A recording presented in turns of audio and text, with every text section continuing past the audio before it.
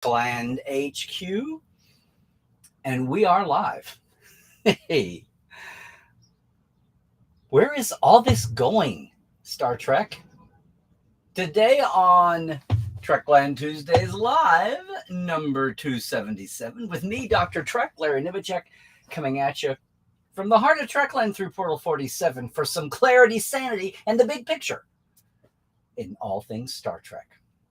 Hey, once again, welcome back to a Tuesday. If you are new with us here on Tuesday, check out our community in the chat. It's a great one. You should introduce yourself, say where you're coming from, get to know everybody because we have a good family here on Tuesdays. Now, look, I'm going to get off on a soapbox here that I just hinted at, and then we'll take a very short break. Then we'll be back with the Parrot Analytics, the digital ratings ish for modern TV, the streaming world, digital world.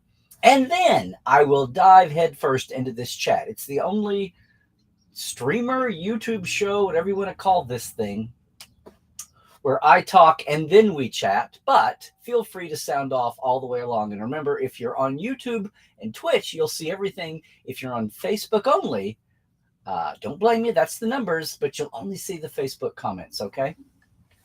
And again, if you're watching me later on, not live, you should try to join us sometime at this time on Tuesdays. But look, where is this all going, Star Trek? Or should I say, like a pesky defense attorney, where is this all going, Star Trek?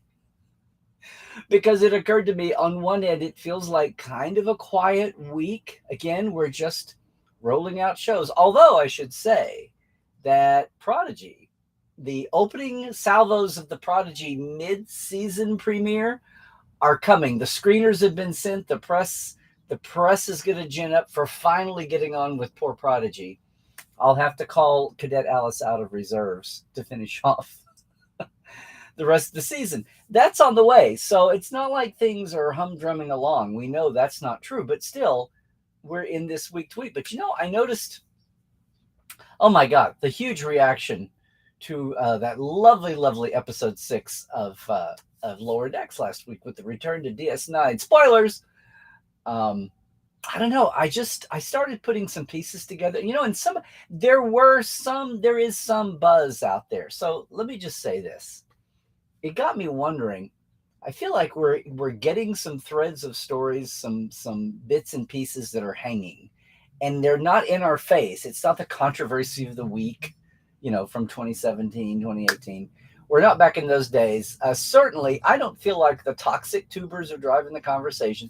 That's all good. But at the same time, I don't think it's that. We've got some big question marks up in the air. Look, the whole thing, first off, about people realizing that there are no Star Trek movies on Paramount Plus. What? What is that about? And people are asking me if I have any insight on it. I've not done any digging. The basic answer is still going to be people didn't roll out of bed one day and decide to do this. Contracts have been set up, but the idea that I think one or two of the Kelvin movies are the only thing that's on Paramount Plus. So all the Prime movies, the original 10 Prime movies, are gone, mostly on Amazon Prime and the Prime to Prime connection. But even then, they're not included. They're all for just rental or purchase. I don't think there's any place to see a Prime movie, one of the first 10 original series of First Contact or Next Gen movies. I don't think there's any place to see them free right now as a subscriber on any channel. And some people are upset about that. They're just wondering. Some people are just sitting back going, "What kind of a business decision was this?" Well, I just wanting to say that sometimes these things, look, if you know anything about football, college football scheduling, oh my God, those things are 8 and 10 years in advance. And I'm not comparing those two worlds, but I'm just opening up the idea that these things can be 2 or 3 years in advance, even ahead of, the coalition, the transfer from CBS All Access to Paramount Plus, and being not just a shingle change, but bringing in a lot more feature material. Again, the thing we're seeing in a lot of arenas is I think some of this is down to just nobody's plot, just the marriage, just the scars, the surgery of re-knitting together the corporations. We can laugh about it being the remarriage or the reconciliation or the undoing of the divorce, but there are some practical. It's not just about turfs and ego and who's going to name the next movie producer, director, writers. There's also contractual things set in place. So I don't know if that's wholly to blame, but I do think, if nothing else, even if there's not intentions, there's still, there's still movie people and TV feature people, and I don't know, digital streaming are floating in there somewhere, that are not all under the same umbrella, or they freshly are, and now they're getting to know each other. It's like the mixed family. It's like the blended family. It's like, two shades darker of Brady Bunch. I don't mean mass murders. I just mean the downside. It's a little bit more than the dog and the cat fighting in the pilot. Okay. And there's still a get to know you phase going on here. And that includes, what business deals did you have set up? What business deals you have set up? So the fact that they had everything under the umbrella of Paramount Plus for a while, as far as movies goes, I'm sure that's the ideal. I'm sure no one wants to see that. I don't know what amount of money pumping in to have them elsewhere makes sense in the long run. Maybe, I don't know. Then again, I'm sitting here, I'm just a kid from Slaughterville. What do I know? But that's what's hitting. And it's not a long-term solution. It's just the glitches of timing. People think that because the marriage happened, a year and a half ago, 2 years ago, that it's just over like a Q flash. But it's not. There's still ripples to play out. That pond is a big pond. So that's my guess. But it certainly is the case. For anyone just tuning in right now, there are no major, mostly original, the vast majority of Star Trek movies on Paramount Plus right now, which is head scratching. I know. On the other hand, Nick Meyer. Is Nick Meyer's podcastified version of his 3-part, 3 hours, 6 hours, SETI Alpha 5 series, Khan, Between the Visits, is he, Inter Enterprisium, is that really going to stay as a podcast? I mean, Star Trek Day, when Nick came out and I think kind of blew off whatever cue cards and just said what he wanted to say, very low key in his Nick Meyer kind of way, he referred to it, when he said it as in a podcast form, he said, for now. I mean, was he hoping, or was he hinting? Or is that still out there? I mean, I'm excited to see what's going on. I need to check in with him and see what's happening, what he can talk about. I hate to think that he wrote full, at the time they were kind of commissioned. I'm sure he was paid for them, but I think he dived in with the enthusiasm, someone not intending it to be for podcast form. Not that there's anything wrong with a wonderfully well-produced, audio drama play podcast form, but what is the difference between a dramatized podcast and just an audio play, radio play drama? I don't know. We've had audio dramas, scripted. We've had audio books read from narrative prose. But anyway, is it really on a back burner? Is it really on a let's see how it does situation? Is he hinting, or is he just hoping? That's out there. But most of all, that lovely, lovely DS9 episode that we just saw. And it was so great. What was the coolest part of it? It was cool to see, of course, Kira and Quark. It was so cool to hear Nana and Armin back in that. And yeah, I know I had the same thought that a lot of you did. Like, what is with Armin's voice? Did he not get his teeth? It turns out he did have his teeth. He and Nana were both on the 7th rule with Serac and their bunch, and talked about, yes, had the teeth. And Armin was puzzled about why the audio came out the way it did. But that said, I kept looking for the secondary Ferengis in the back and wondering if it was Broink.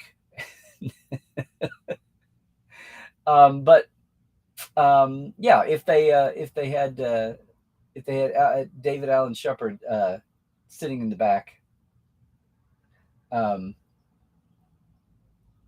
right? Yes, sitting in the back to mouth the words for Morn. No, it was a beautiful episode. People were kind of gobsmacked by it. They as they have done all the time whenever they render anything to detail. But my God, it'd been so long since anybody had seen any hint. A DS9 corridor, a promenade, the ops. It's not the same as seeing yet another iteration of a Starfleet bridge. So they were totally different. You know, fascist Cardassian space eyesore. But not to the audience, not to the audience. So that was one. But you know, it begged the question. We've had we've had Ravi as Paris, we've had Nana and Armin now as Quark and Kira. Obviously, we've had Jonathan and Marina as Riker and Troy. We've John as Q. I mean, I can go on down and of course over on Prodigy, we've got Kate as Janeway. We've got Robert Chakotay there. I'm probably missing at least one or two more, but Jeff Combs is whatever you want to throw at him. But wouldn't it have been cool if Brunt had shown up in the middle of yeah.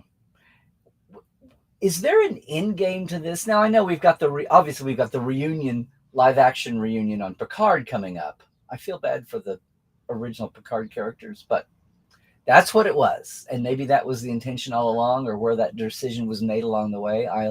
One of those kind of questions I'm curious to ask, especially in the before times and especially in the after times. But it's obviously clear that someone woke up. Thank you, Alex. Thank you, Akiva. Thank you, whoever, to using all the legacy characters. And this is a roll. This is an avalanching snowball. I hope. What is there an end game to this? I love how every time anybody is interviewed, like Nana and Armin just were, the inevitable questions always come. The inevitable questions, and they did for the TNG cast until now. We have a payoff. But they always come. Gee, would you do this again in live action? Gee, would you want to commit to doing a series again? Would you want to do a regular? Now, the sad part of this is, I think it was interesting hearing Nana talk about how Kira is always, somebody said, how hard was it to step back into her character, even voicing an animated character? And she said, Kira is always up here. You don't live with something that intensely for 7 years and talk about it over and over again. Thank you, Star Trek fan base. It's not like the Wildfire fan base. No offense there, Sean Pillar, to your great series there that I was part of. But it's not the Star Trek is not the same as anything else. Anything else. I was just talking about his birthday the other day. I was just rereading an interview with William Wyndham, where he said, my God, I have 400 roles in this life. I work on Star Trek for 3 days, and that's what people want to talk about. Well, the late, great William Wyndham, it's not, once again, it's not so much the fact that Commodore Decker was a galaxy-spanning performance. I mean, he was. But they're not talking to you about Commodore Decker because of Commodore Decker. They're talking to you because there's a framework called Star Trek, celebrating this insane universe and all these iterations over the years. And within that framework, within the family, as they say, you talk to any actor, even the guest stars, even the bit players, even the background extras, much less a lot of the higher profile creatives like we do on Portal 47. And everybody will say the experience, the feedback from fans, and most of the time, there's always a time when something does not go well. But most of the time, just as a work environment, from Ira on down, from Rick on down, they will say that there was no other experience like that in their lives. Okay. So what does that translate to when, as an actor, and in a world where until recently if you didn't graduate to movies, there was no follow-on to your character, and then even then that ended. Now we're in even if movies restarted, we're still in movie purgatory. or in movie morass, maybe. And so they asked these actors, would you come back and do it again? Well, animated, I'm sure. What was the experience like? Did you bridge? I mean, every actor was like, oh my God. They really, yes, they like the money, but no one's getting rich from a one-off animation appearance. There are two off even, but it's the treasure. When you're in the moment and you first move on from DS9 or whatever it is, you instantly want to go do, you got to prove yourself. You want to break out. You either want to show an audience or you want to show casting agents. You want to prove to yourself that even if it was a beloved experience, you can't, it's like when you graduate, when you worked at a company that you loved, it does happen. Or you were at a school situation, any aspect of life that you loved, eventually, you really do need to move on, or you're going to lose out on something, even if it's just the experience of other life experiences, much less a higher paycheck. Whatever, breaks and threads, networking that might break your way in something even bigger. And that's happened. So as much as, but that's what happens when you're leaving that situation. That's what's front of mind. You gotta make some changes. If you're an actor, especially if you were late great Louise Fletcher and you just were Nurse Ratched, you got to look for something that's not Nurse Ratched, or else you don't want to be pigeonholed. It's a condition that happens for more than actors. Anybody, you don't want to do the same thing, because it'll probably never be exactly the same. Boy, I've found that out a couple of times. I was able to revisit my favorite stage production in college. I played Grandpa Vanderhoff in a production, You Can't Take It With You. That was top to bottom. It's a huge cast, and it was a smaller college. But I had friends, good people, even people I didn't know. Everybody was at a place that showed them off. Our tech, our set, our everything was just fine. It was just the golden moment. And even though it was college theater, it was the golden moment production. And I have never been involved in another cast since then, but I've seen so many other productions, and I really try to get rid of my, rose-colored glasses when I watch them. But I really try to look at everything with a fresh eye, and they just never hold up. They never hold up. And I know, I'm within the cast in one, which is always going to color my perceptions to the good. And all the other experiences, I'm an audience member, but I'm knowing what to look for and watch and see interpretations and create. So, it's like, you can't go home again in so many ways, no matter what clever scriptwriter you get. So that's the danger of actors or anyone else saying that. But then the years go by, and you've done your due diligence. You've done yourself proud, looking around, stretching yourself, fulfilling things. And you know what? It's like William Wyndham said. It's like Nana said. It's like any Star Trek actor, anybody associated with something that was that successful, that rewarding, and fulfilling. And you go out and do you don't wallow in that your whole life, but then eventually you come back around and realize that despite your best efforts, good, bad, or indifferent, that one thing is kind of going to be what you're known for. If nothing else, one of the things you're known for, and a highlight of your life. So yeah, when the door comes calling, when someone comes calling about redos and reboots and everything, that they, it's time. It's time. So that's why we've been through 20 and 30 years now with the Berman era. And are we ever going to see George and Walter back behind a mic? I don't know. A lot of that has to do with intention. A lot of that has to do with how we're feeling. But it's obviously it's that time. So again, where is this all going, Star Trek? Are we just content to dangle the guest stars in like this, the beloved former? That makes sense. Each modern Star Trek series is set in a different time. If they're on Discovery, they're a holodeck. Plain and simple. Or else I'll see your transporter loop, Scotty, for 80 years and raise you 800. It is science fiction. I know that.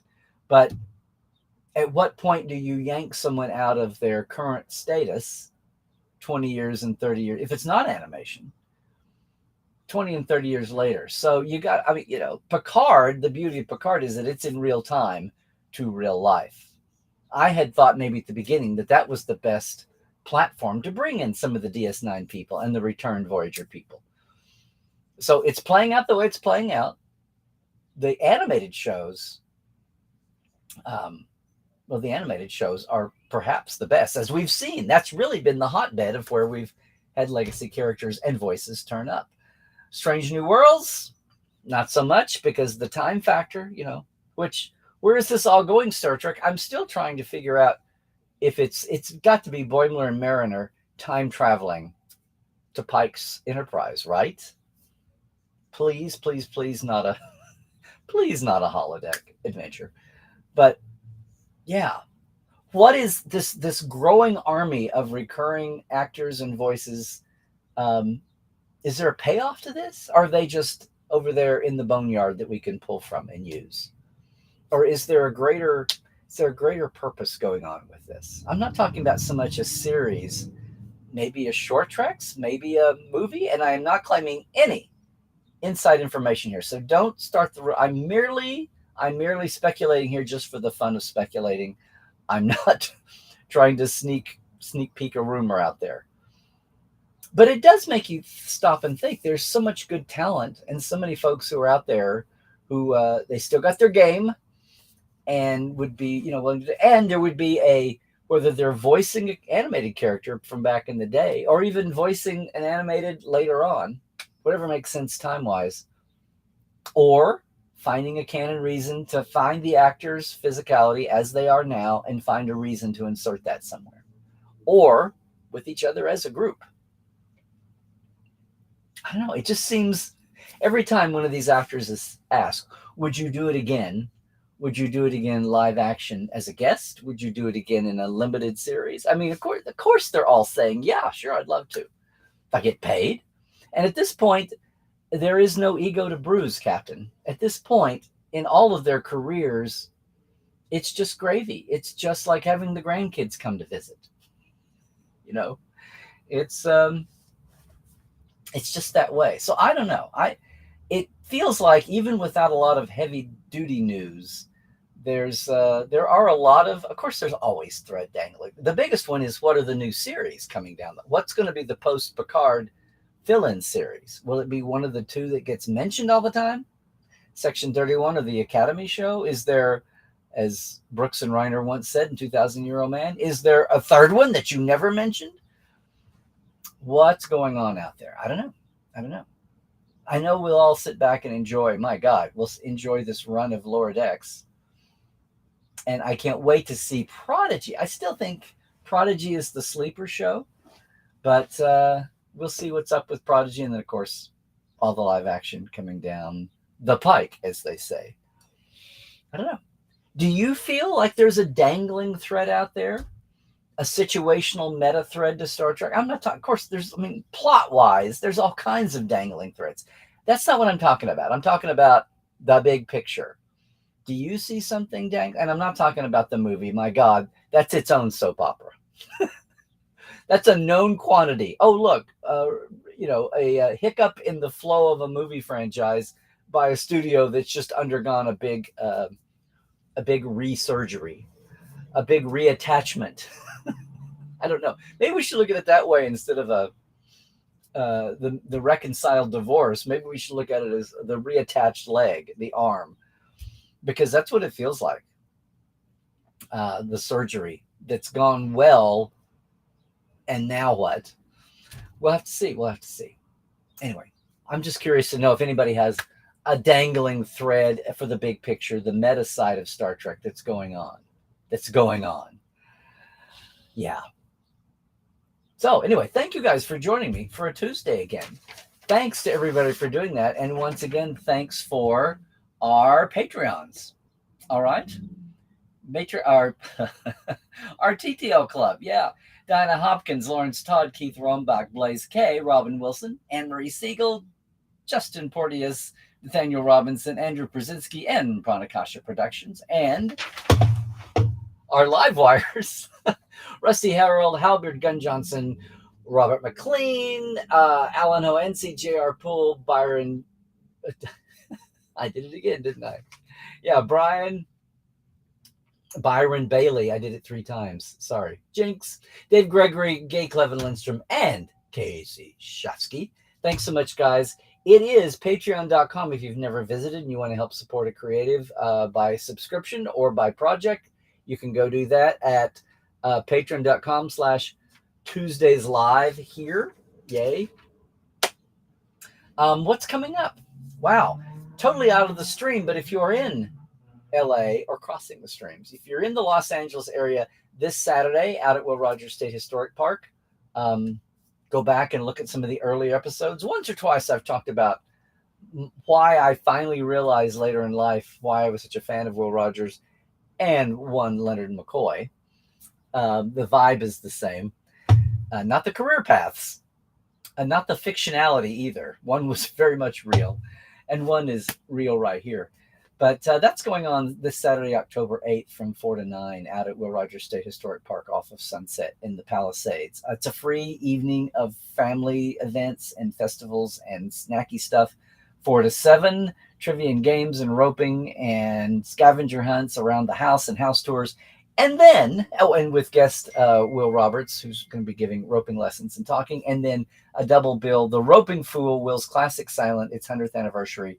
And then a double bill with one of his talkies, Life Begins at 40, with Jane Darwell, also seen in The Grapes of Wrath years later, and a very young Sterling Holloway, the voice of Winnie the Pooh later for Disney. So, yes, I'm crossing the streams, but I wanted to say that out live. All righty. Hey, don't go anywhere. We're just going to take a short break. But for right now, for the YouTubers, I just want to say thanks for joining us. Well, there is a new Trek Files up. See the Trek Files back there. Trek Files is up with, speaking of Sean Pillar this week, Michael Pillar's son, who's been working on TV like crazy, shooting in Canada, and is back home, and we grabbed him for the Trek Files to talk about Gene Roddenberry and his dad. We found a great little letter in the files for Sean. You want to check that out on roddenberry.com/ podcast.roddenberry.com or over on Facebook at the Trek Files or wherever you catch your podcast. But the documents at Facebook.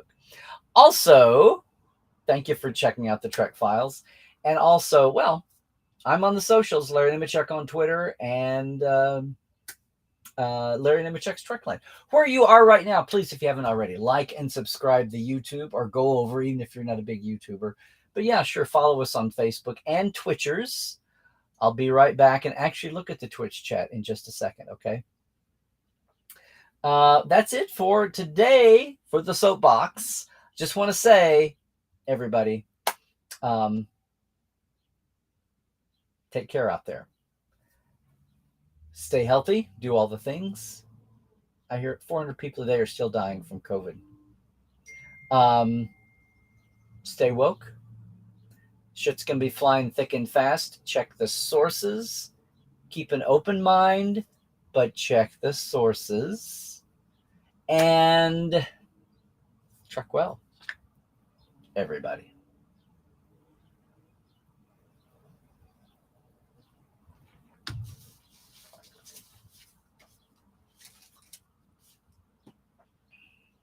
All right. Well, hey, let me crank up the parrot box here because look, after 3 weeks or so, they finally somebody came back to work or somebody got hired to update the weekly parrot analytics, at least the ratings they post for the U.S. for the last week. And the parrot analytics, for those of you who are new to us after 5 years, happy 5th birthday discovery, the last week or so, measuring digital stream only shows that don't benefit or can't be tracked by the Nielsen company, which tried to measure audiences by diaries and meters because ad spots had to be judged and priced out. And so it became this public service, going back to the network radio days, the Crossley service. Not so with the digitals. The digitals, the numbers are close to the vest. Parent came up with this system 10, 12 years ago to try to figure out a way to let the public see what was going on and then turn it around and sell data back to the studios. And it's all about measuring the internet. Their system, there's others trying to, including Nielsen. They've got one that they're not only doing it, but they're being public about it. And judging by who's buying contracts with them, apparently it's a success. So the top 10 this last week finally updated of all the digitals. No Star Trek. It points up again how the animated Star Treks just on the bigger stage competing with other digital programs, half hour, animated, whatever it is, they just don't stack up. Now, that doesn't mean they're out of the picture, as we'll see in a second. But this week's top 10, Stranger Things, there's some big hot ones right now, so they're all sucking up the bandwidth. Nearly 84 times the popularity of an average show. There's 500-600 big TV series out here. Then Cobra Kai, Monster. Oh, Jeffrey Dahmer is number 3 with a bullet. Handmaid's Tale, Andor, of course, Mandalorian, The Crown. Thank you, Passing of the Queen. She-Hulk, Lord of the Rings, Rings of Power, and Cyberpunk Eagle Runners. Hadn't heard of that one. So that's the top 10. Number 10 there is at 29.2 times the popularity of an average show, just to keep in mind. So in the top 10 of the overall shows, there's only 2 of the digitals in there. Stranger Things is up close, but Game of Thrones, now, you know, House of the Dragon premiered, which oftentimes kicks back a spike to the prequel series that it is sequelizing, whether chronologically or whatever. It's amazing to me, though, how House of the Dragon, out of the gate, is down at number 7. But it helped kick Game of Thrones back to number 1. I don't get that. At 101 times the popularity of the average show. Then Stranger Things at 83. SpongeBob, Rick and Morty, Breaking Bad, Cobra Kai, House of the Dragon. Then Dahmer, which broke through overall there in the top 10. Saturday Night Live, new show. And, well, actually, no. This is before the new show of the weekend. And Walking Dead, number 10. Well, that's your tops. Now, what about our Star Treks? Lower Decks is in production, is airing, is dropping every week, you would think. It is at 17.2, remember this. So, yeah, it's probably in the lower next 20. Still in the top, and it's still in what they call the outstanding, the top 2.7% of all shows. It's still in that spectrum.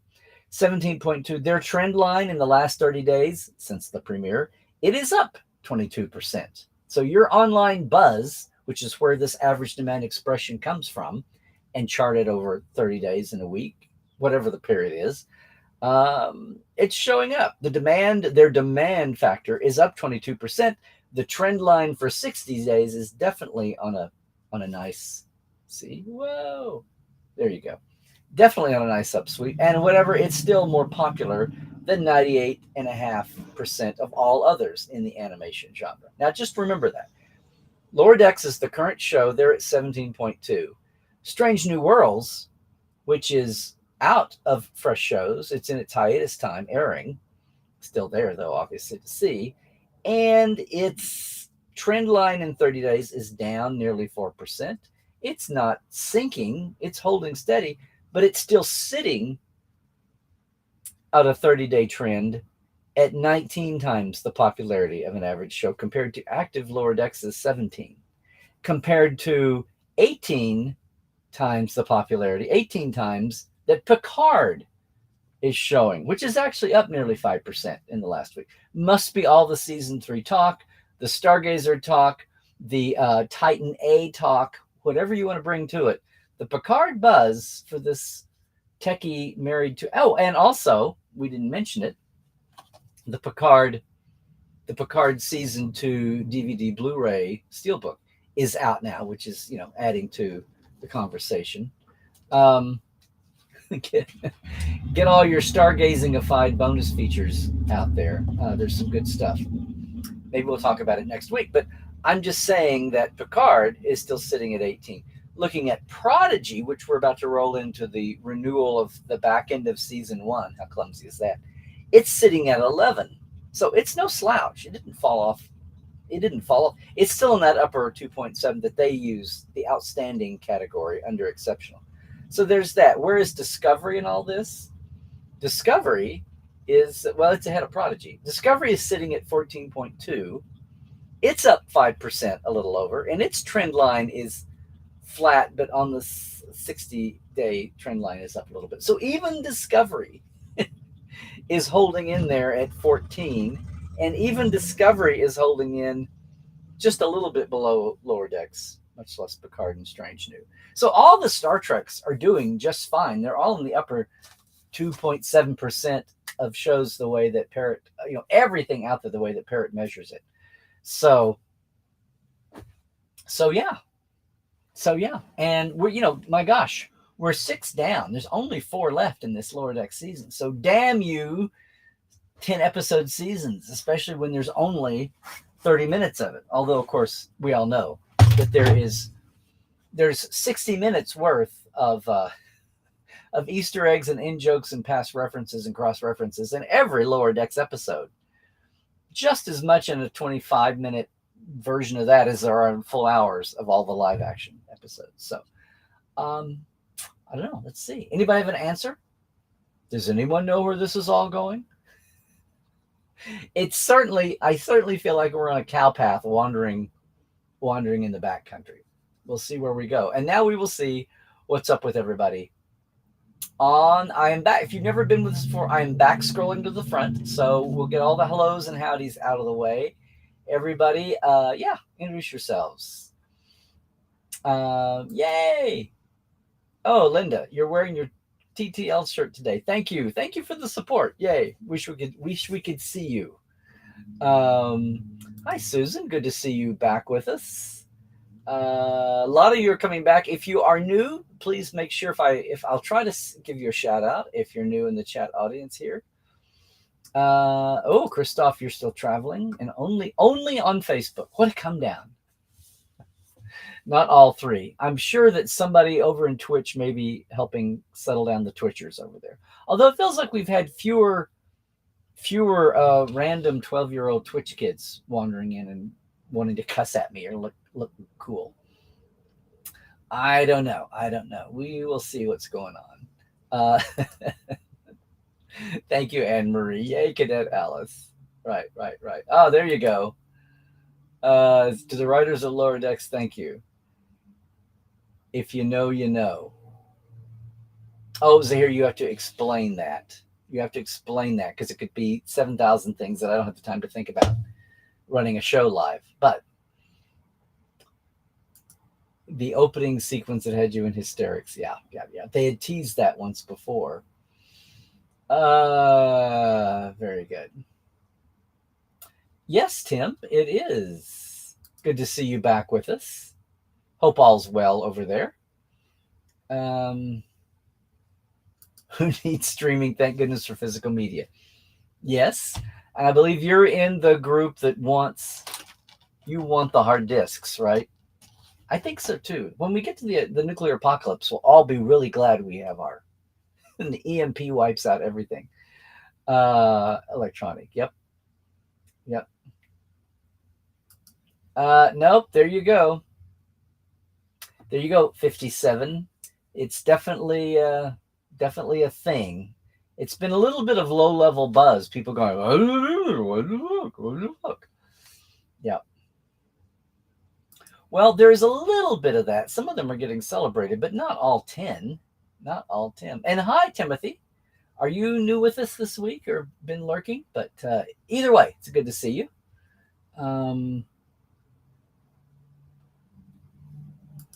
Oh, wow. You're multitasking. Okay, Tim. I thank you for letting us share your time with the TMP bonus features set. Absolutely.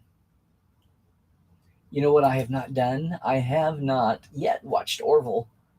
I've got to watch Orville and For All Mankind, and we had to put Murders in the Building first. I know, don't ask. But I love it too. Oh, it's so good. Hey, it's been a while for you too, sir. How you doing, Christian? It has been a while. Oh my gosh, look who's in. Ben is in the building. How are you doing, sir? The difference between a podcast and a well-produced audio radio show is the manner of distribution, I think. There you go. Thank you for saying. Uh, he did have his teeth. That was the point. Well, but he didn't sound like I thought. Is it just Armin's aging? And then he had teeth, but then he told the saga of the teeth, which I had heard. Basically, the teeth 3 or 4 weeks before the end of the series, they were stolen. Somebody got off with his teeth. They thought they would collect them before the show was over, and so he had some hurry up teeth made to get through the last few days of shooting in '99. And then when he did the finally, after all the requests for him to be in makeup and costume for photo ops at a con, somebody finally paid him, and it was for the DST event across the pond in the last one in Birmingham, I think. And he had special teeth remade just for that. But as he says, they weren't Westmore teeth, and they weren't quite right. And those are the teeth that he wore to record in. But he still thinks there was something else. Anyway, it's the seventh rule. I think Trek Movie did a recap story of it, so that is there. Well, Scott, obviously you don't have a trained ear. No, it just felt a little softened. It just felt like some audio engineer had gone in and cut off the peaks and valleys of his. I mean, not in a big way. Obviously, it doesn't stick out, but it just felt rounded off to me. And I thought, well, maybe that's just, Armin being 20 years older since the last time. I wondered if he was trying to fake not having teeth, but it just wasn't the teeth that we've listened to a million times on the recorded shows. Hello, Wolfgang. I think are you new with us on Tuesdays? If either way, it's good to have you with us. Yeah, it is. Mm-hmm. Thank you, Tim. This is not me. I've seen lots of people comment on it. I thought it was me at first, and then I got online and saw it was a topic conversation, even to the point where it was a topic conversation for Sirach and Ryan on the seventh rule. Galen. Galen, you are in a very large group. An awful lot of us loved going around twice on the pylons. Slowly, leisurely. Yeah, and wasn't that an awesome line? I got to go dangle my legs off the promenade with a young reporter, a reporter in waiting. What did he say? Yeah. Rose, it's good to see you. Live chat, talk chat. Good evening. Hey, when you subscribe to Front Put, what should you binge watch? Well, Star Trek. Oh, there you go. Hey, Andrew. Yeah, well, it's out there. I just stumbled across it last night. I've really been in a hole working on our Will Rogers event and some other things that are brewing. It's almost like I'm so busy working on Star Trek, I haven't got time for Star Trek. Except this time I've got a little Will Rogers over at the side. No, Justin, you are not alone. More than once, I think. They worked it in a little bit. That, and when Kira is staring out the portal, her office portal, when the wormhole opens, just wondering what might pop out of it this time. It's supposed to be the Karma ship, but you never know. You never know.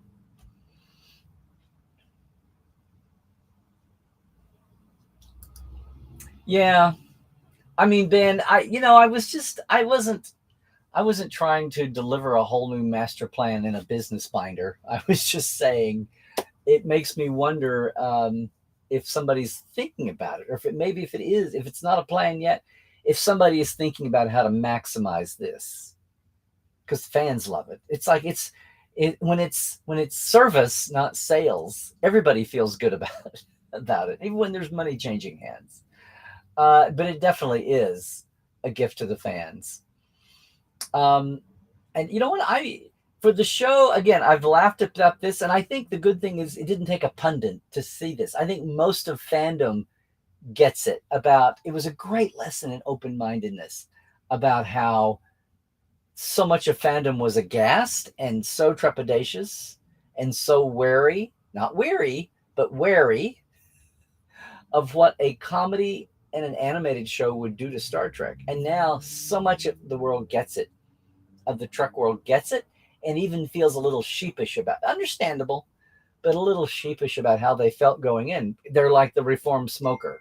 Oh my God. So um, I think everybody is welcoming the gift, but they get it, and they also get what animation means for all of the legacy actors. The legacy characters can be drawn anyway, and you can put people at different. You can put people in a contemporaneous show that didn't advance like Picard did. Lower Decks, and for that matter, Prodigy, are both just 2, 3, 4, 5 years after Nemesis. So we're still good. We're not having to show people in real time. But it does. I'm saying I don't know that Lower Decks needed that much more new tying in. But for what it is, it's not, to me, it's not so much about Lower Decks needing to be tied in. It's Lower Decks being showcased as a platform like Prodigy to show people, in our minds, it's only 2 or 3, 4 years since the end of the Dominion War and the uprising on Romulus and the the loss of Romulus.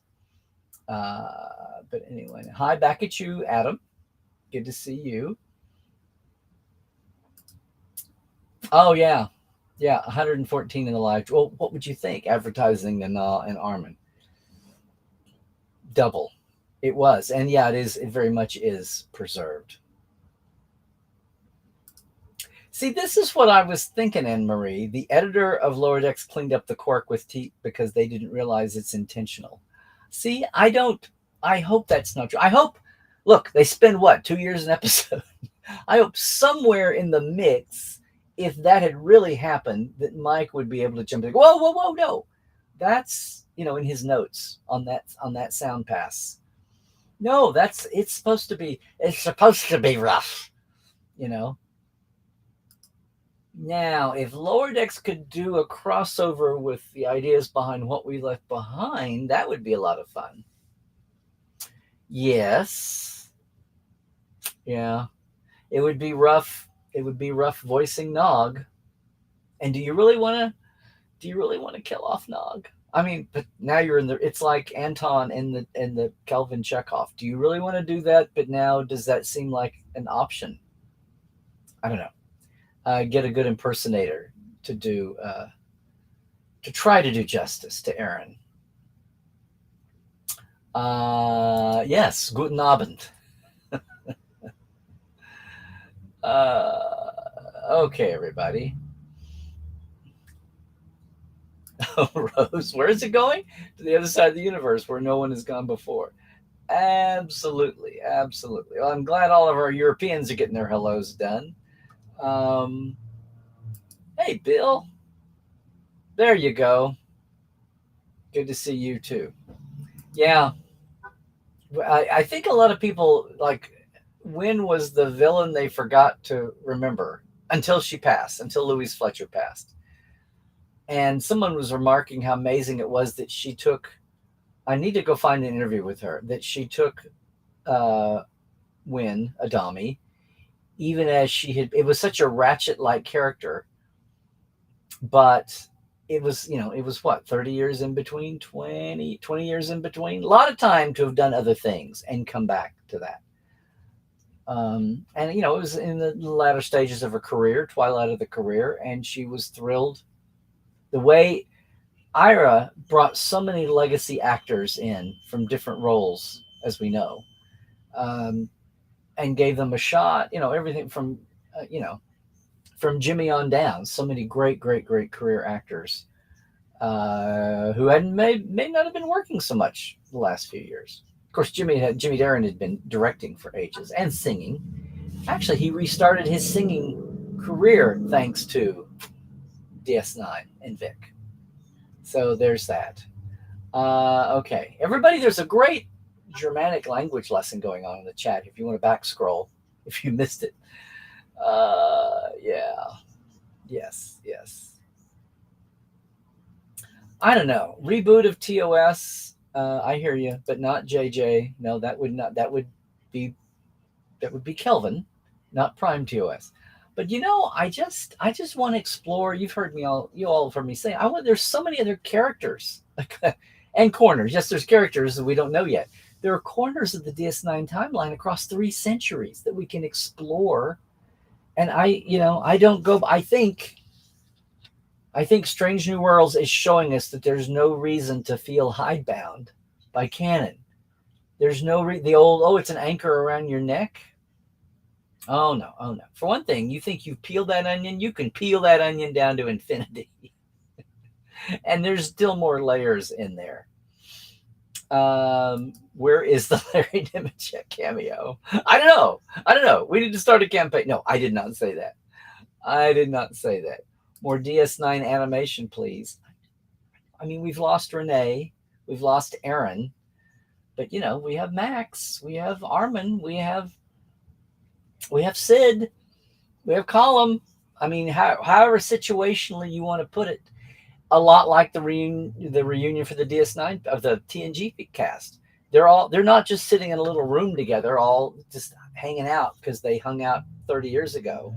It's like whenever you do a reunion movie, it's like the motion picture had to regather everybody. Pull Spock out of retirement, pull McCoy out of retirement. Everybody's in different places. And especially after that was 10 years. Well, 3 years in canon time, 10 years in real time. This is 20 years in, I'm sure, would be real time as well as canon time. But thanks for asking, Andrew. See, this is the thing. Short treks. I meant to mention this. Short treks could be the avenue, the channel to do this in if you only wanted to one-off. And they don't have to be 15 minutes. They could be short in the sense that they're not a series. They could be short in the sense that they're not a season. That's series for you Brits. That's not even like a mini movie, like a mini series, like the Khan mini series, the SETI Alpha 5 mini series was supposed to be. Nana Visitor on Knight Rider Day. It wasn't an original episode, was it? Have they rebooted Knight Rider yet? I thought they talked about it. Well, so here there is a Section 31 show. The pilot's been written. They worked. Did you hear? Well, no, you didn't. When Tim Peel was a guest for Portal 47, he mentioned that the prep for Section 31 was up and running for 2.5 months before they pulled the plug and switched gears to go do Strange New Worlds. Mainly driven by Michelle Yeoh's schedule. So there you go. Oh, read the rest of your sentence. Sorry. You're the starring protagonist. Ah, it's a secret show. Now I understand. Now I understand the plot. All righty. Read the whole sentence, Larry.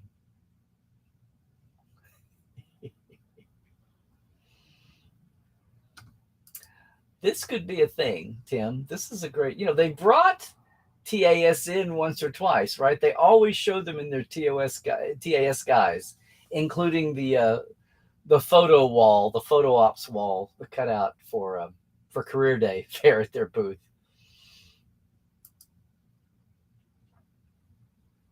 The 2 new Prodigy YAs will be released. We're talking about books or graphic novels. Yes, it's about time. Obviously.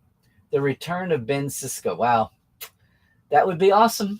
Awesome. It all depends on Avery. Or do you somehow do it around Avery? I mean, that's the reality of all this is you can't just line up the casts. We're very lucky to have so many with us, but we have lost some. So, lower decks. Might be a bit timey-wimey, wibbly-wobbly universe and meet Doctor Who. Well, it hasn't stopped him in the comics. That's the thing. Hey. Henry X. Michiana here? Okay. Well, I think you're a newbie for Tuesdays, but there you go. Wish the powers that be would reboot Beyond Our Control. No, you might. I'm trying to think. Beyond Our Control. Remember that one? You missed Starlog and Wizard. Well, thank you, Henry. I'm not sure. Somebody remind me about Beyond Our Control. Was that some kind of a? That wasn't a drama, was it? Was that some kind of a documentary reality thing or something? I don't know. An analogy anthology show. I'm not familiar with it. And was it American? Was it from overseas? I'm not sure. Yeah, that's what I was trying to say. I'm not accusing anyone of a conspiracy, even a good conspiracy. I'm just saying I wonder if it's starting some gears turning. I wish. Oh, hello. That's interesting. Boom. Thank you. Yeah, Ben. Of course, I talked about some other threads besides the characters. Oh, thank you, Christoph. Prodigy will air on a German free TV channel called Togo starting November 4th, and we did see the German dub trailers at Destination Star Trek Dormer 2 weeks ago. Well, there you go. We've got so many folks from what's the acronym for Austria, Switzerland, Germany? GAS, ASG, SAG. No, that's Screen Actors Guild. Uh, hello. There we go. What's got Melanie? Oh, shout out for Allegiance. Maybe maybe it'll play in Modesto. I don't know about that, Melanie. You might get it to San Francisco though, since they never got it. Is he in the cast playing his grandfather role? That'd be awesome. 3 month run. There you go, everybody. Get the word out. It's amazing and very timely once again. This is something I should have mentioned. Thank you, Galen. The Star Trek panel from Comic Con will be free on Saturday. Yes, absolutely. Did you catch this? Oh, yeah, yeah. Well, there's your friend IMDb, hopefully. Yeah, yeah, Rose. Wouldn't that just be a little bit much? I mean, it was very cool. They kept a pretty good surprise on for Kira and Armin, for Kira and Court, Nana and Armin. That was a pretty well preserved, cute surprise. And then to get the double bang of you see Kira and you go, oh wow, guess, and then to have a twofer was even sweeter. Yes, a manageable day. Yeah, yeah, yeah. Looks like a real question from Linda. Do all the actors and crew have to get work visas to film in Canada? How does that work? I think so. Of course, the Canadians have a really strict policy to protect all their home. You can't come up to Canada to get the cheaper prices and then bring your American cast and crew up with you. You have some, but you have to make choices, and that's why the downside, well, one of them, the downside of all the Star Trek shooting in Toronto is that so many of the folks are Canadian and they only can really make one or two big trips like Vegas and maybe the license show. It's just not that easy to grab people. Maybe it will be later on, but the Americans who work just go up there and stay. And then when you filter down through, the Portal 47 type people, when you get into the upper levels of crew, and even mid-levels, the folks you want to talk to for their stage experience and stories, much less the creatives like Gersha, top of my head, in costume and wardrobe, a lot of those folks, makeup people, James and up and down, Neville, they're here, but the hands-on folks are up there. So it's Canada enforces a percentage, a quota of you have to hire locally if you're going to come up and enjoy these cheaper prices. But as far as the ones who actually do go, I'm not sure. I'm not sure how that works. A work visa? Yeah, could be. Maybe we should ask someone very quickly here. Thank you for the parrots, Neil. Oh, I see. Well, of course, money is the bottom line. Of course, they've figured out that if they can be in alignment with fan requests, but sometimes it's not about money. Sometimes it's just about contracts and deals made. Again, could have been years before the remarriage. Sorry about your your DS9, your Star Trek 6 rewatch. Interrupted. Hey, Jared, I have not heard from you in ages. You're feeling zoomy chatty. Seriously? Seriously? I've seen Ali getting on the Life Support Live Facebook page recently. Uh, could be. Could be. Well, let us know. Jared, when we first, well, the last months of Life Support Live, the podcast live show that I did with Dr. Ali on Saturday mornings, and we ran 2 years in the pandemic and then ended it. And life is settling down for him, and he's restarted. You should all go see his channel, The Psych Show. He was in a documentary that screened big time in San Fran. Awesome times. Anyway, if you haven't caught that, Zoomy Chatty was so for all of our veterans, our folks missing Life Support Live. Maybe a Zoomy Chatty thing again would be cool. You tell me. Well, there you go. Boom. You got one wanting it back. Thank you, Christoph. You're doing some research, or you're doing a guess there, because they do cost money. So that's part of the support. Oh, definitely though. Definitely the percentage rules. The majority are going to be Canadian. That's the whole point of the way it's set up. Yes. Just don't start talking Spanish, please. Oh, Rose. If I was subscribing to Paramount Plus, well, I am. What would you watch first? Or would you watch everything they have to offer Star Trek wise? Well, excuse me, Rose. That's not an editorial comment. That's just live. Rose, I wouldn't start with the movies. Sorry. Couldn't resist that. I don't know, Rose. It's just follow your interests. Now, do you mean non-Star Trek? Because there's plenty up that's not Star Trek. I don't know, Rose. I don't know what I could tell you. You know, what are you least familiar with? One of the newer series? I mean, start there. Okay, and we have the Knight Rider. We got it figured out. Season 4, episode 18, Hills of Fire. Okay, on Peacock. There you go.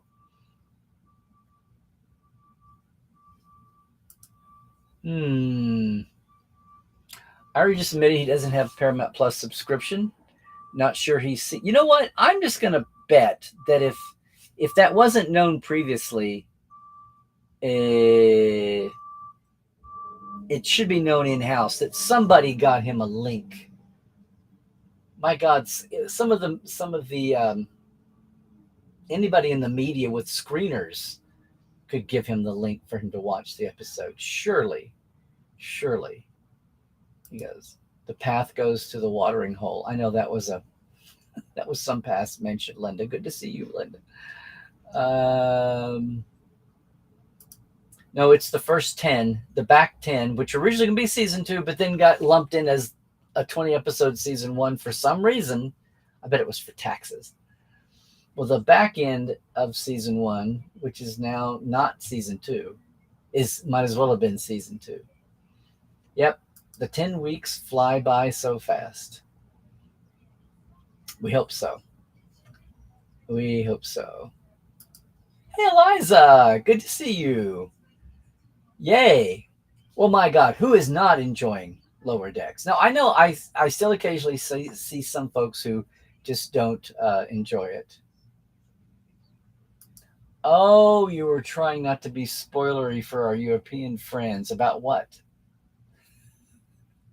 They're getting Lower Decks a day later. Well, Glenn, once again, we will try to overlook it this time. Just don't let it happen again. Yeah, no. New episodes of Prodigy begin end of the month. I want to say the 26th. Is that the Thursday in question? The 27th. Yes. New episodes of Prodigy begin the 27th. Matt, I can always count on you. I can always count on you. Oh, yeah.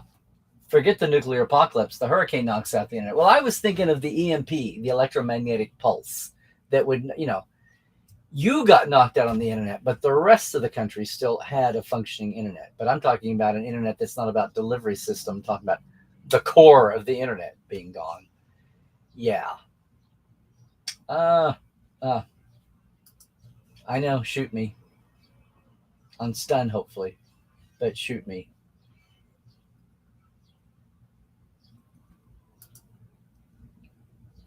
Wait, what am I missing? What did I spoil? It's Tuesday. What was happening? One of the other series? Another series? Oh no. Okay. There we go. They are first classified as temporary foreign workers and they get a certain amount of time permit. But if they're going to be there for like a year at a time, then they do. I know. I totally know it was amazing. I just haven't got it. Okay. Well, I do the ones that are easier to share with Janet.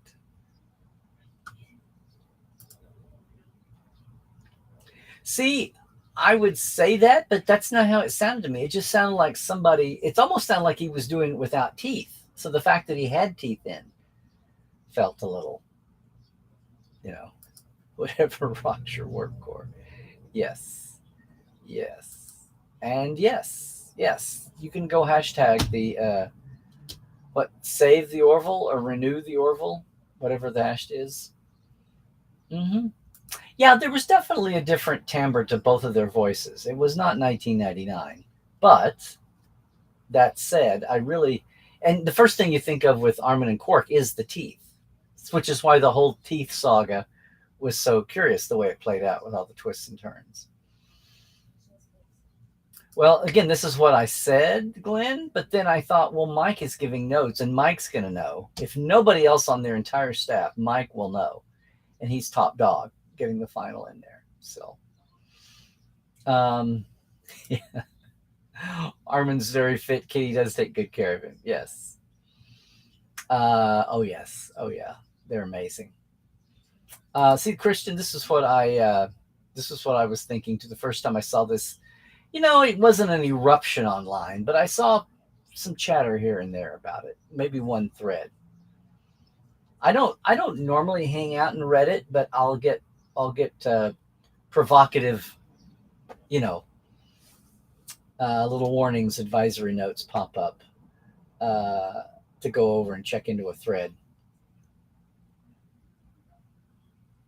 Yeah, of course it's like the Mary Sue of ships. Of course the Cerritos had to be encircle the pylons. That was awesome. Yeah. Wonder how Ferengis don't bite their lip with those sharp, pointy teeth. It's their DNA. They just grow up knowing. But why do you think the Ferengi moms chew the two grubs up for their kids when they're little? That's why. That is why. Yeah. Tim. That's such a rookie mistake. If that had actually come up, that would have been snuffed. I would think somebody 7 steps lower than Mike would have caught that. I was just curious they didn't have her promoted past colonel. That's what I was a little disappointed about. Of course, it's only been about since we last saw, we didn't see her in Nemesis. Dominion War ended 69, 70, 71, 72, 73, 74, 75. So it's been 6 or 7 years since we saw. Are we in 2181? So it's been 6 years since we saw Kira last on screen. I know the books. Mm-hmm. Yeah, was she thinking of Odo or Cisco? Yeah, exactly. Just real briefly, she is doing very well. She is right on the curve. She's a little bit ahead of the curve on recovery and walking without anything for short trips. And long distance stuff is where we're, 3 laps around. We just went from 2 laps to 3 laps, and the therapy exercises changed, but she's doing very well. Thank you for asking. and no regrets. The worst thing about it is the itchiness of the sutures, and now the incision line as it heals. Uh, Mackenzie Calhoun and Excalibur. No, I know the books, the Excalibur books. I forgot your setup for that.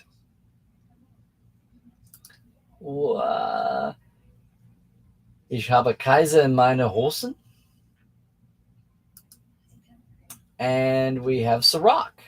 Oh, yes. Did I leave him out of the list? Yeah. Yes.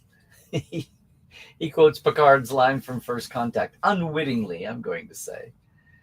Oh, sure. That was Ira leveling up DS9, in case anybody thought that just because DS9 wasn't get a movie, that these characters didn't deserve movie lines or movie line status. Oh yes. And the fact that he had Quark doing it, Quark, the great revealer of the reality of humans, take away their veneer of civilization, they can be just as grovelly as a Ferengi, and as vicious as a Klingon. Yeah, the root beer culture. Oh yes. I should ask Ira about that directly sometime. Mm-hmm.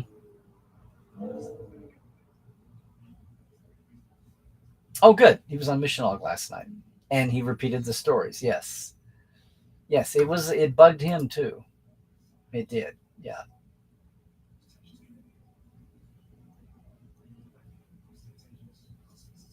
Whoever she was thinking about it brought it back around. Of course, the plot went on. It wasn't the final scene of the show, but yeah, it did bring it back around, that iconic moment to end. Um, true. And they've dipped into the books. If they did that, then they'd suddenly be paying Peter David for all those characters, and I don't know if they want to do that. That's the Hollywood commercial money end of it, but that's the thing.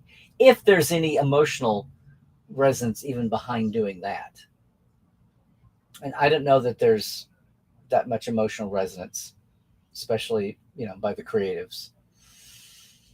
Yeah. Okay. Thank you, Christoph. No reboot of anything.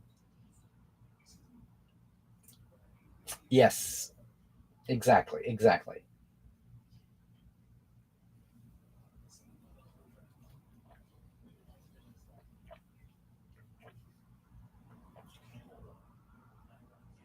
This is what I was thinking. Not to jump into the Knight Rider crossover here. William, did Dr. McCoy write? Yes, he had a daughter, an adult daughter, Joanna, that was supposed to be the focus of a show called Joanna for third season that Dorothy Fontana was writing. And then Fred Freiberger decided that the whole point was that she would be a little young. And today it wouldn't be one of those cringy things, but at the time they were trying to give McCoy, who was about 10 years older than Kirk, they were trying to find a way for him to have a daughter that was old enough, college age or out of college, mid-20s, that was not too young for Kirk to be attracted to, and suddenly McCoy and Kirk would not be. McCoy would see Kirk through different eyes. And somebody thought that McCoy shouldn't be seen to be that much older than Kirk. That's what Fred thought. So the whole idea went away. I didn't care about Joanna and Kirk. I just wanted to see McCoy and his daughter and have the backstory to the divorce on canon. But it all went away. It all turned into the space hippies.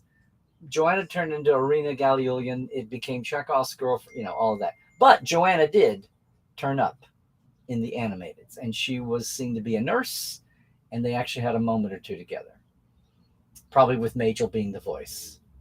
So thank you. That's right, General Services Administration. Thank you. Yes. But there you go, William. We do know that McCoy had at least one kid, a daughter, Joanna. Boom.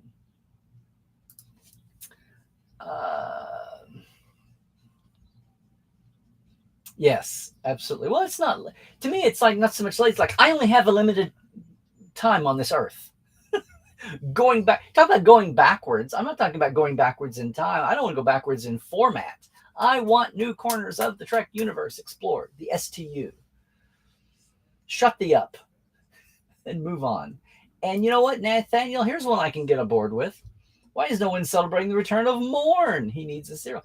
He was drawn a little. I saw somebody redrew Morn a little bit to look a little more live action. His eyes were really close to the top of his head, and he had no forehead at all, which seemed interesting. But there you go. Yes. Well, it can't be too hard to do.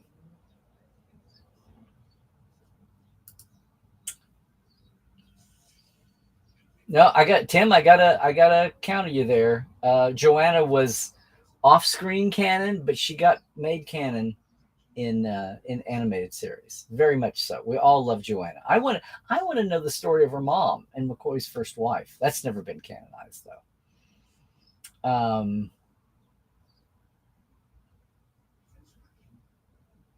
Thank you, Linda. You chimed in for me. Yes, absolutely. And thank you, Christoph, for jumping in with the streaming info there. I don't know, William, do we? Don't they have enough claim to fame? Do we really need them in Star Trek too? Somebody can help you with that, Rose. I'm sure you can't help but trip over that if you're online somewhere. Oh, we still miss live support live and all the good feels. Thank you, Linda. I swear, when life settles down for Ali, especially, we'll figure out some kind of a special. Speculation for section 31. When the Discovery ended up in the 31st century, some of the crew members formed Section 31 and made trips through time to correct.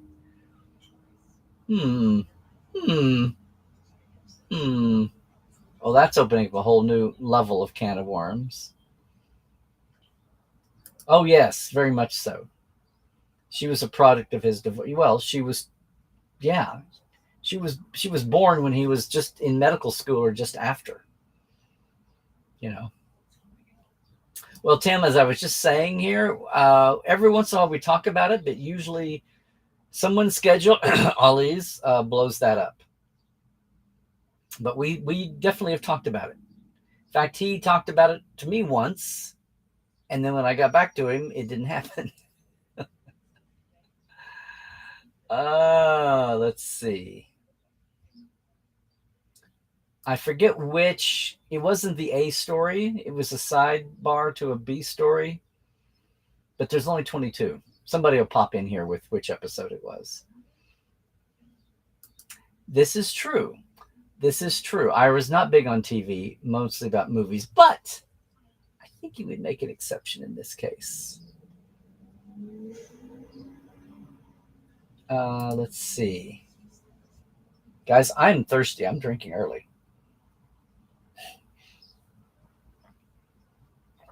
All righty. Yeah, Discovery. That's true. Discovery is hard as the first watch. There you go. Good advice, Linda. Just start with Strange New. Hey, Kyle. Thank you for being on. Yes. I forget to mention Second Opinion. It's a new little mini season series. It's the little commentaries that I'm not using for here. Hi, Maria. Hello again. Glad you could jump in with us. Yes, indeed. We are so global. That's one thing I've always tried to maintain here. Oh, correction. They're all about movies, punk rock, and Texas Rangers football. Baseball, football. Yeah. Thank you, Christoph. Thank you. Maybe Zier can explain.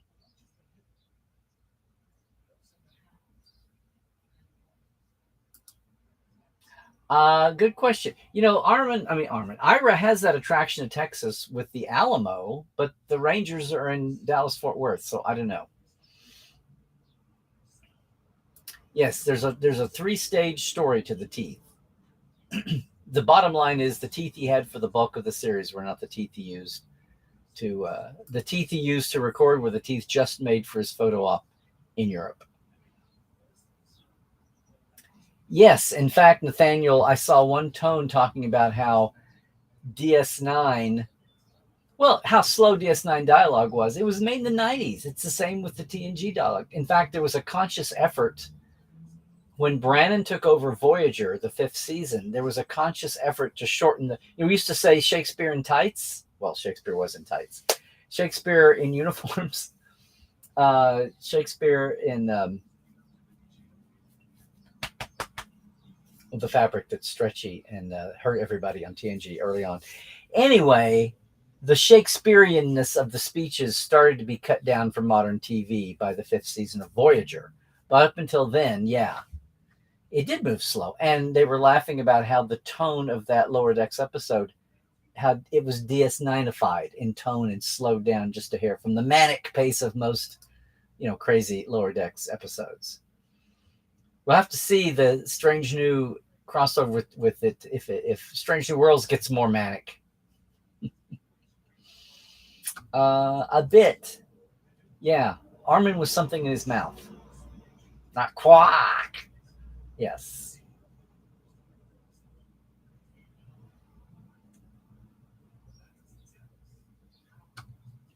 Now is the time. Now is the best time. I lost that. 200 stars upon bars. Yeah. Oh, well, there you go. Christoph, she's been. What are you saying that she's been promoted and demoted 3 times since the finale? What are you saying that she's been marinered? She's been becketed? Yeah, she is. She's doing really well. It's not easy all the time, but she's doing really well.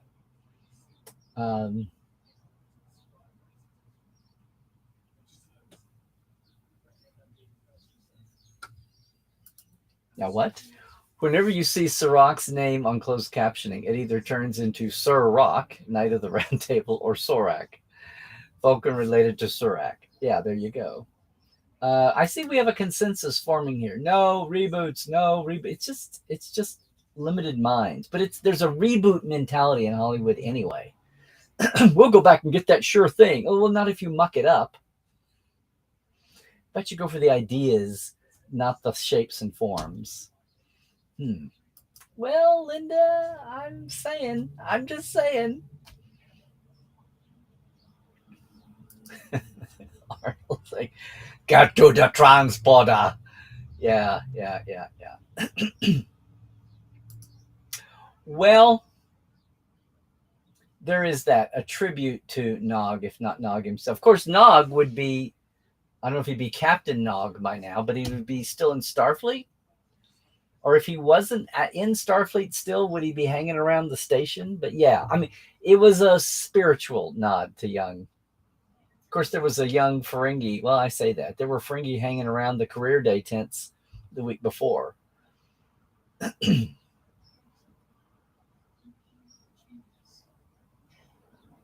Oh my gosh, Stingray, this is so weird. If it lasted one more season, a crossover like Green Acres, Beverly Hillbillies, that was really more a thing of the early mid-60s, actually. I'm going to say that by 69, 70, everything was becoming more relevant. That was Mod Squad and Room 222, even as a dramedy. And by the late 60s, TV was changing to be more with it and relevant. And so I don't know about the crossover so much. Okay, we're going to see about, where are we? We're at 3 o'clock. Oh, okay.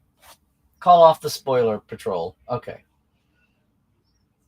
No, that's one thing that's actually. Thank you, Shakespeare in Spandex. Thank you. Thank you, too. Oh, you guys.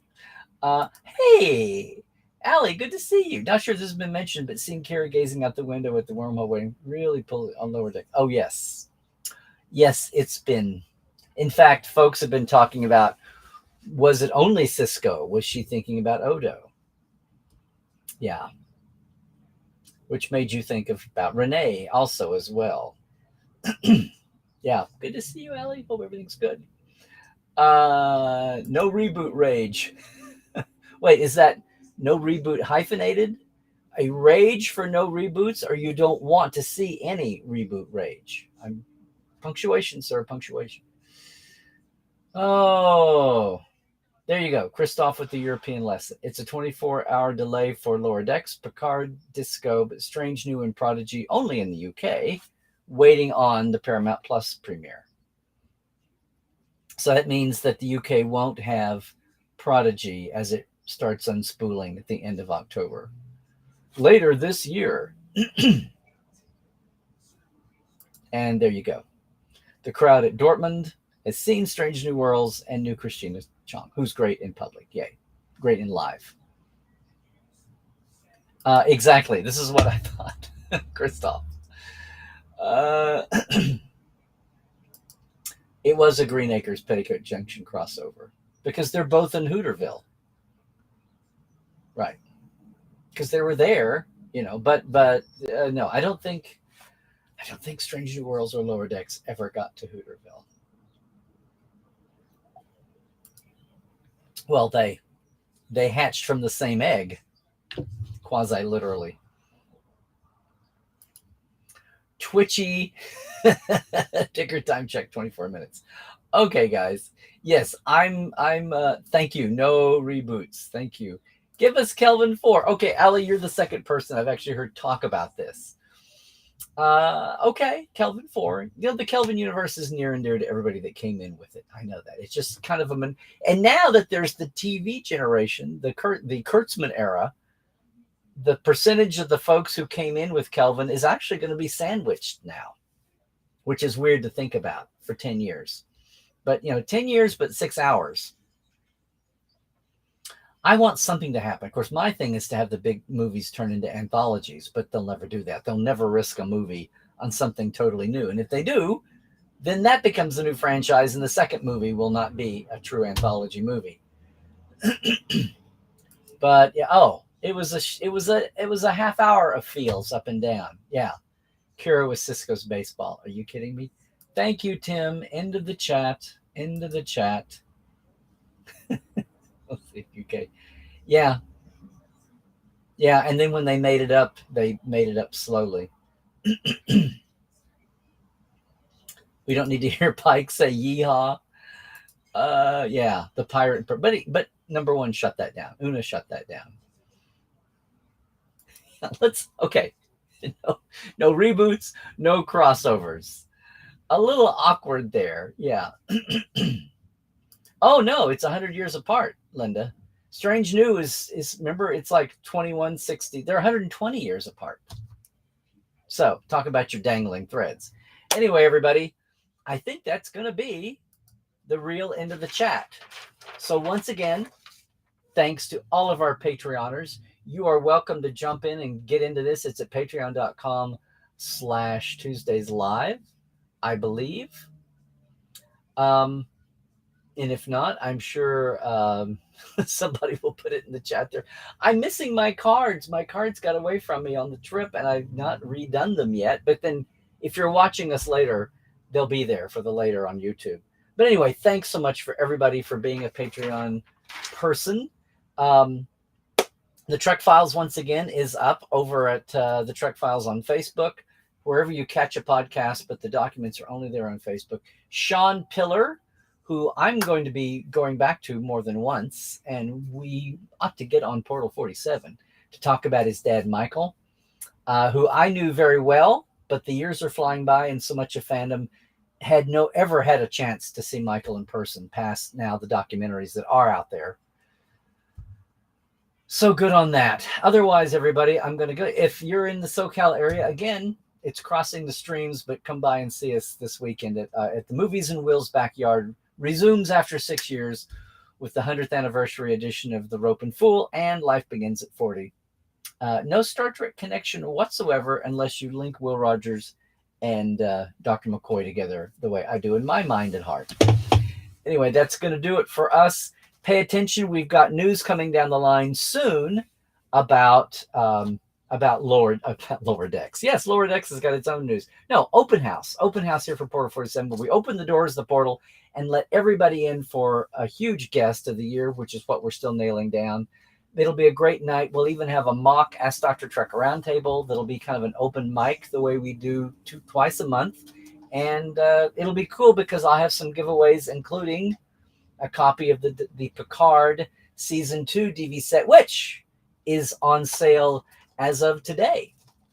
So, and look around the tubes and socials, and you'll see something that I've done. For our unboxing last week is up there again. So, again, appreciate it if you would like and subscribe on the YouTube, Larry Nemechek's Trekland. Yeah, sure, on Facebook and also Instagram. A lot of fun stuff is going on Instagram too. It's just Larry Nemechek on Twitter. Love to have you all following. Love to have you subscribing on YouTube. And yeah, the Twitch, we need to change. There they all are. Thanks again for being with us again on a Tuesday. It's been swell. Next week is a special week for the Trek Files, and I'll tell you next week, it's our 200th episode of Trek Files is coming next week. And apart from that, hang in there, watch for the news, enjoy your lower decks, get ready for Prodigy, and stay healthy, friends. Do all the things, be smart wherever you are, whatever the situation is around you. 300 people a day are still dying from COVID in the country, so do what you need to do for yourself. Get that new adapted covariant booster if you haven't done it yet, and stay woke, check your sources, do all the things. Most of all, Trek well, everybody. Thanks for joining us. Check out LarryNemechek.com. The newsletter is about to crank up again.